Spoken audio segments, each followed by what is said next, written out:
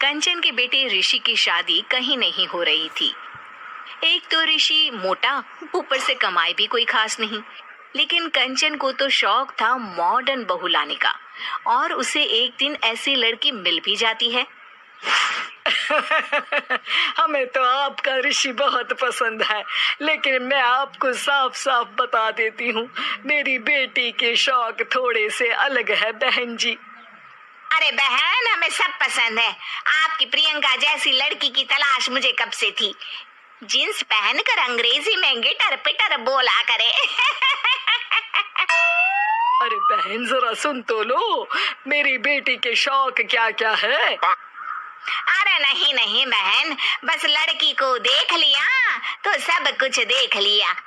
आप ना शादी की तैयारी करो, और वो जरा सामान की लिस्ट भी दी है ना मैंने। हाँ बहन जी, सारा सामान शादी से एक दिन पहले ही आपके दरवाजे आ जाएगा। मजा आ गया, मजा आ गया। अब तो बस आप शादी की तैयारी करो। प्रियंका के माता पिता के जाने के बाद कंचन का पति उससे कहता है, अरे भाग्यवान, तुम तो कुछ ज्यादा ही जल्दी दिखा रही थी शादी की। अरे बोलने तो देती, लड़की की माँ क्या बोलना चाह रही थी। अरे आप चुप रहिए जी, कुछ पता भी है आपको, बस मुफ्त में बोले जा रहे हैं। मेरी दोस्त शशि की बहू देखी, लंबी पतली और पढ़ी लिखी, हजारों में कमाई और संस्कारी भी। अरे पर जब वो मेरी बहू देखेगी तो जल भुन जाएगी। लेकिन तुम तो शादी ऋषि के लिए कर रही हो ना, या शशि के लिए? तुम्हारा लड़का कुछ कमाता भी नहीं है, और शरीर भी भगवान की दुआ से फूलता ही जा रहा है। फिर बोले आप हैं? फिर बोले आप? मैंने कहा ना, प्रियंका जैसी जींस पहनकर अंग्रेजी झाड़ने वाली बहू किस्मत वालों को ही मिलती है। चुप रहिए आप। पति के लाख कहने पर भी कंचन ऋषि की शादी प्रियंका से करवा देती है।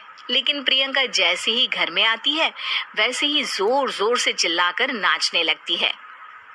आज मेरी यार की शादी है, आज मेरी यार की शादी है, अरे नाचो मां नाचो।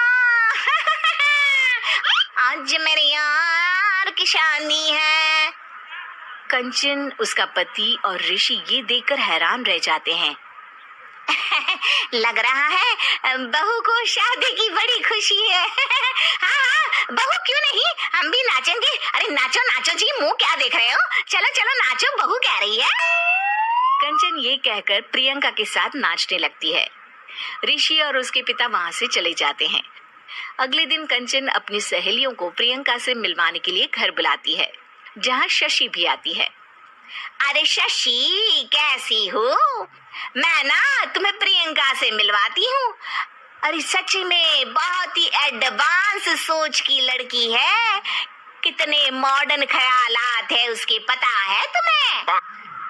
अरे हाँ कंचन, जरूर, बच्चों की शादी अच्छी ही होनी चाहिए। और वैसे भी तुझे तो शुरू से ही ऊंचे ख्याल की बहू चाहिए थी।